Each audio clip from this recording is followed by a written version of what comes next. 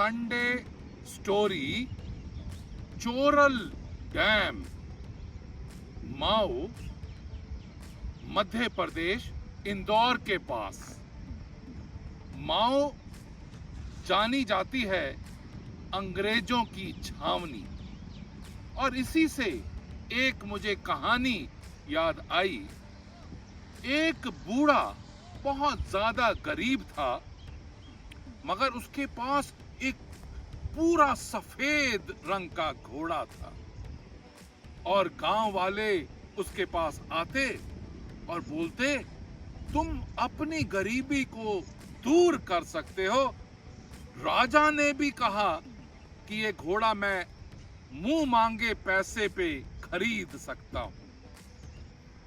तो बूढ़ा बोला कि घोड़े को मैं घोड़ा नहीं समझता हूं, मैं अपना दोस्त समझता हूं, तो भला मैं अपने दोस्त को कैसे बेच सकता हूं। तो गांव वाले बोले, कितना दुर्भाग्य है, कितना मूर्ख हो तुम कि अपनी गरीबी दूर कर सकते हो, मगर फिर भी इस सफेद घोड़े को बेचना नहीं चाहते हो। और कुछ समय बीता और वो घोड़ा चोरी हो गया, गायब हो गया।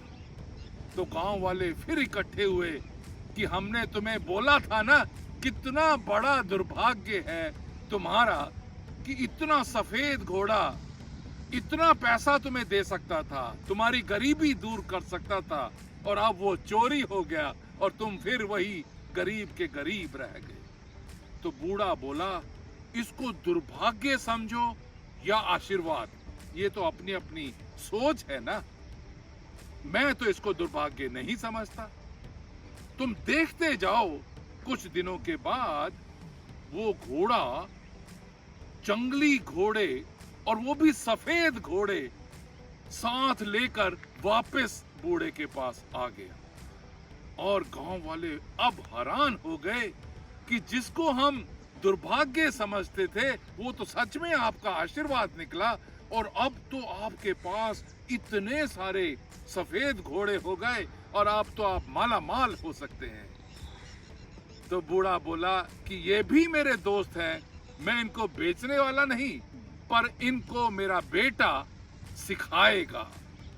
और उन जंगली घोड़ों को भी जब एक दिन बेटा सिखा रहा था तो जंगली घोड़े से गिरकर बेटे की टांग टूट गई, और गांव वाले फिर इकट्ठे हो गए और बोले, जिसको आप सौभाग्य समझते थे वो तो बहुत बड़ा दुर्भाग्य निकला, जिसको आप आशीर्वाद कहते थे वो तो दुर्भाग्य वाली बात हो गई कि आपके पास इतने सारे सफेद घोड़े आए और हमने बोला भी सही कि इनको बेच के पैसा कमा लो, मगर आपने बेचा नहीं, और आज देखो आपके ही बेटे की टांग टूट गई है।